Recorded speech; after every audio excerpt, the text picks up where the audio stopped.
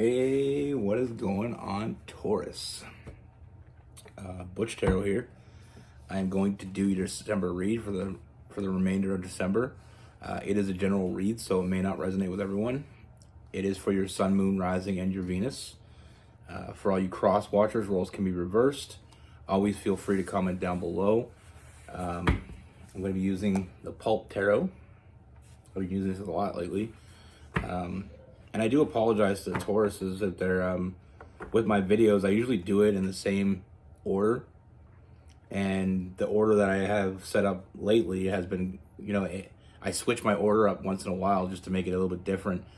You were at the beginning of the order before, and now you're at the end of the order, saving the best for last. But there was a gap between videos, and I do apologize for that. I've been reading your messages. I am sorry, but like I said, you shouldn't have that gap this time because I'm going to go in the same order. I usually do it for a few months. But with all that being said, let's get it. Universe, what's going on for Taurus? What is going on for Taurus for December 2023?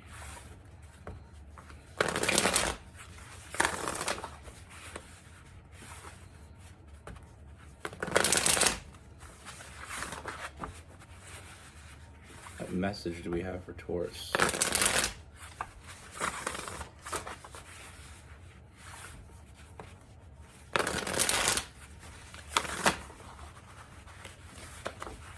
Let's get two more shuffles for Taurus. There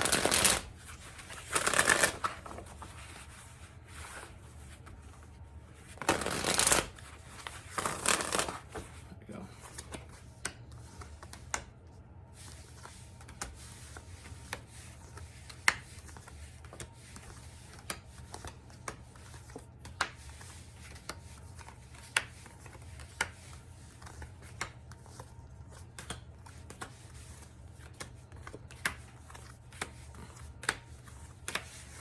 All right, Taurus.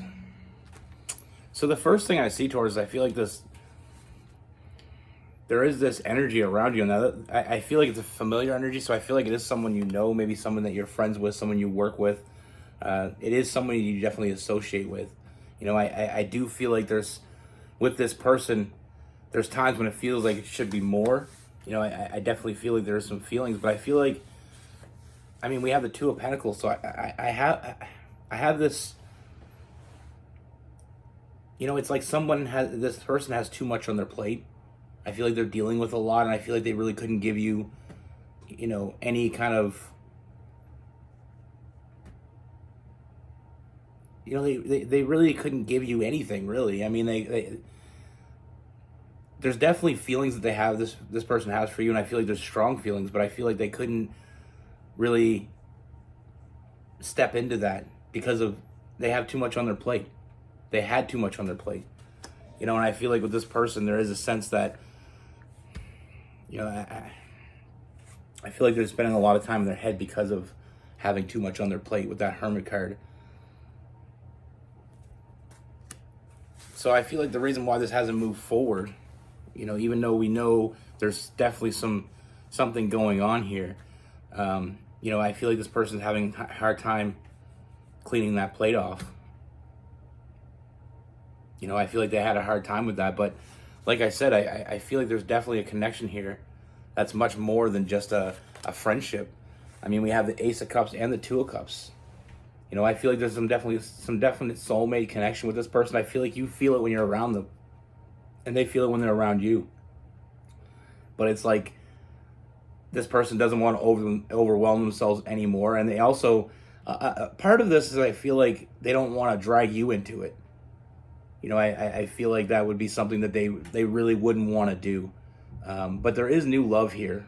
We got the Two of Cups, a strong bond that you share with this person. But I feel like we haven't quite seen where this is going yet. Even though it's right there in front of us, even though those feelings are real, we're not getting any forward movement from this.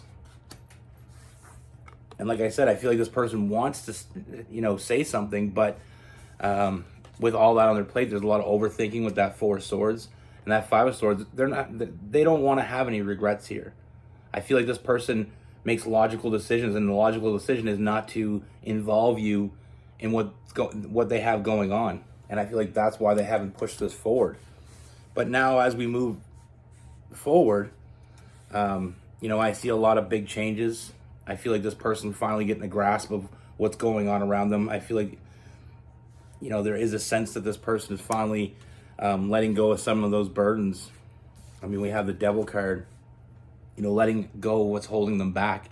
And then we have that Eight of Swords in reverse. So I do feel like that you are going to get some confirmation from this person of those feelings that you have aren't just yours alone.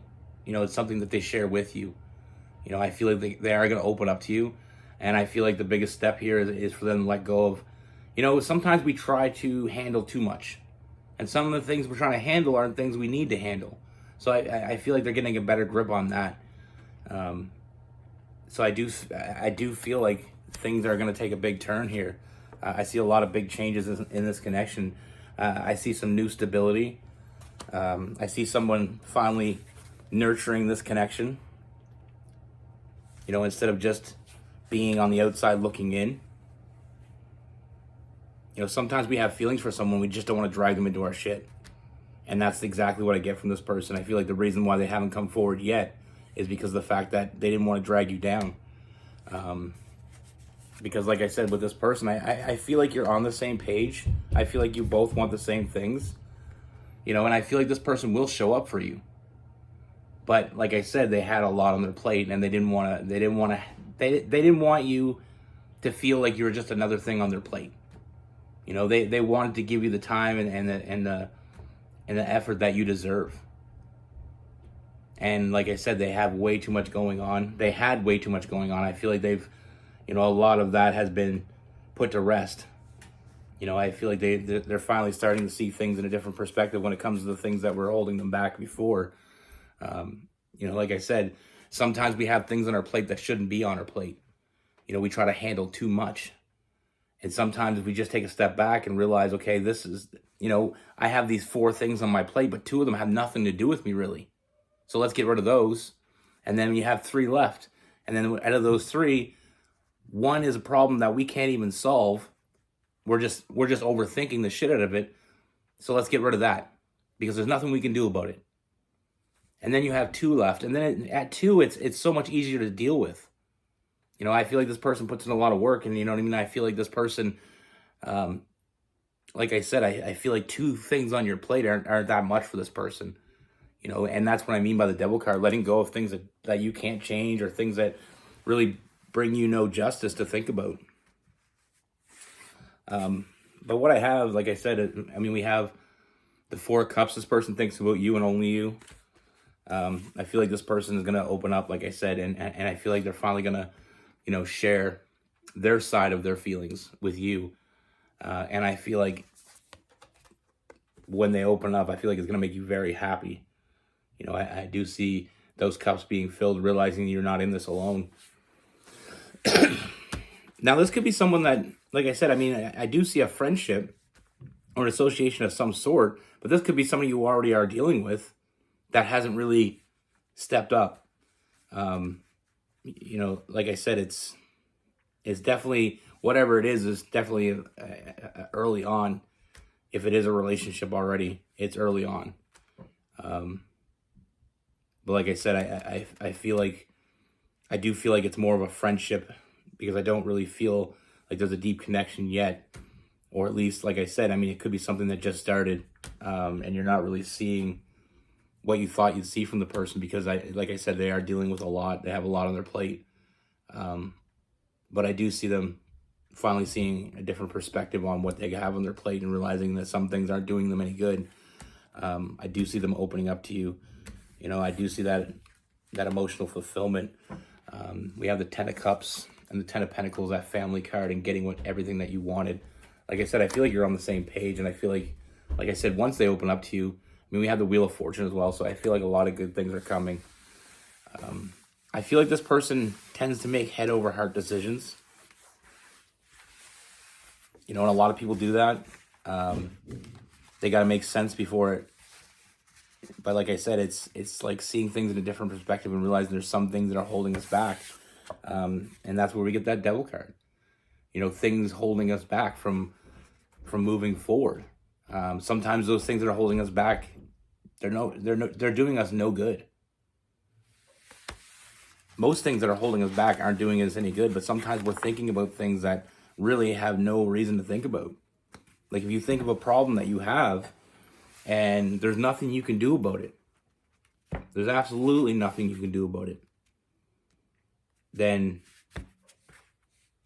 like I said, it's one of those problems that you shouldn't have on your plate. You shouldn't be thinking about something you can't change. And I know that's easy for me to say, but trust me, I've been there.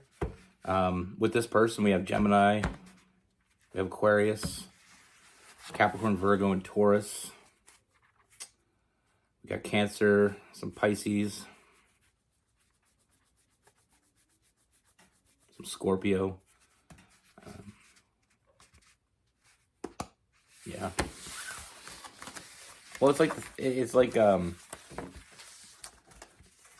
there's somebody that I know. She was going for a job interview, and it was a long process because it was a very big, important job. So they were going through recruiting and going through different interviews, and they were setting up multiple interviews. So at first they do a phone interview, and then in a week they call you back if they want to go further, and they set up a formal interview. And then if that goes well, another week later, if they call you back, you go in for the final interview, which is pretty much just you made it to the end. It's only between a few people. But the whole process is like a 2-week process, like 2 weeks in total.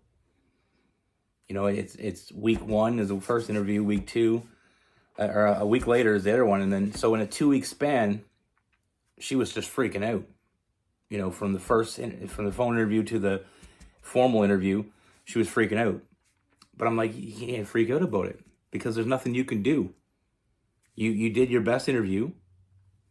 If you did the best you could do, you did the best you could do. And if you didn't do the best you could do, it's too late now. You already did it. So her stressing out for that whole week until she got the second call, then she goes in, does the interview. And then she's stressing out even more. She's like, well, okay, now I really want this job. And it's like a dream job. But now I got to wait another week. And anyway, she's freaking out. So 2 weeks is just stressful. Stressful as hell for her. And I'm like, you're putting too much on this. Like, I understand it's a big deal. But you thinking about something you can't change is affecting every aspect of your life. Like, her and her boyfriend were having issues, and she was just cranky and just so emotional about it. And she was telling me about it, and I was just laughing. And I was like, I get what you're saying. I wasn't laughing at her. I just kind of laughed, and I said, you know what I mean? You can't change it. Everything you've done so far, is it the best you think you can do? And she said, yeah. And I said, well, then don't worry about it. Things will happen if they're meant to happen. And if they don't, I'm like, what if they call you and tell you in 2 weeks that you got the job? The last 2 weeks of stress was for nothing. And if they call you 2 weeks and say you don't have the job, or if they don't, actually, they don't call you back when you don't get the job. But I'm like, if they don't call you back, then go find somebody else that wants you. They missed out. Their loss. But that's the thing. Some people think about things that, that they can't change. And I can sit here and say, yeah, that's, you shouldn't do that. But I mean, at the end of the day, you can't tell people not to worry. It's just sometimes we have to put things into perspective in the fact that we can't change it. It's like in school, when in school you do a test and you gotta wait for the results and you're freaking out because you're like, if I got a shitty grade, my parents are gonna freak out. But if you put your best foot forward on test day, you shouldn't have to worry about that.